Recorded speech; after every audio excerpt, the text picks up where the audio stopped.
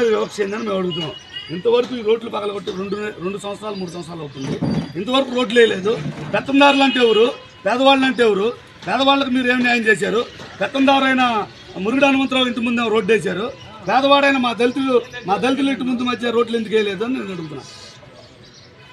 నవరత్నాలు పథకాలు ఉన్నాయా? పథకాలు ఏం చేశారు చెప్పండి. పథకాలు మనుషులుగా ఇచ్చారు. ఎంతమందికి వస్తున్నాయి పథకాలు? మీరు ఎవరికి ద్రోహాలు తెలుసు.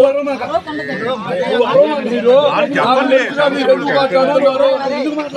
కోట్ల రూపాయలు పేద ప్రజలకు ఇచ్చిన మనిషిని పట్టుకొని మీరు పార్టీ దృష్టిలో ఇంకా మాట్లాడుతుంటే మనకి దళితులకి న్యాయం ఎవరు చేస్తున్నారు? మీ గుండెల మీద చేసుకొని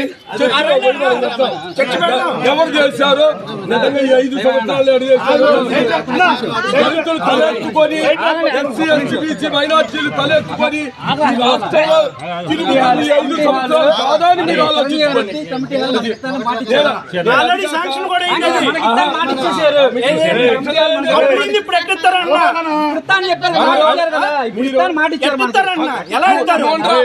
అధికారులు ఇప్పుడు